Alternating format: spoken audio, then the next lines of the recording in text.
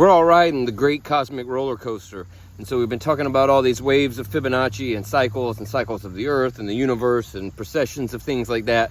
And so we're all coming across this awakening, you know, and so we're climbing up this big hill of the cycle, and then it's coming up over that edge. And so, you know, I thought that whenever it was coming over the edge and I was feeling, I thought things were getting ready to crash down, and the next day was going to be awakening or rapture or civil war or whatever was going to be happening, martial things. And so then it didn't happen. And so then I, like, you know, this took several years of me, like, realizing this was a long game. You know, this is a long cycle. This is one of these is a 26,000 year cycle, procession of the earth and stuff. And so it's a long thing. And, you know, maybe 2012 was the peak of that. But as we were coming over, it takes several years. It's a several year window, a 14 year or a 30 year, whatever it is, window that you coming over the top of that.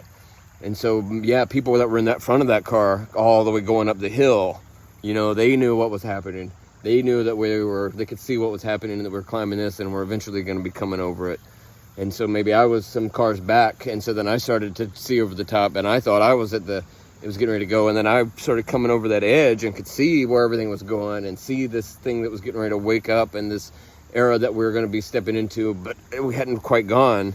And so now this whole wave of folks that are now kind of coming to that, you know, as soon as that roller coaster, that car gets over that hump of that thing, it's going to take off, and we're going to be flying into the cycle. So I know it seems like it's been a long time. It's been a long time coming. And if you're into the age of Aquarius or whatever it is, that people for decades, every decade, thought that theirs was getting ready to be the end of the world or the start of the new world or whatever it is. But we're coming to that. You know, those were the folks in that front car. And then our whole wave was this few cars back. And then now the middle of the car is starting to come over.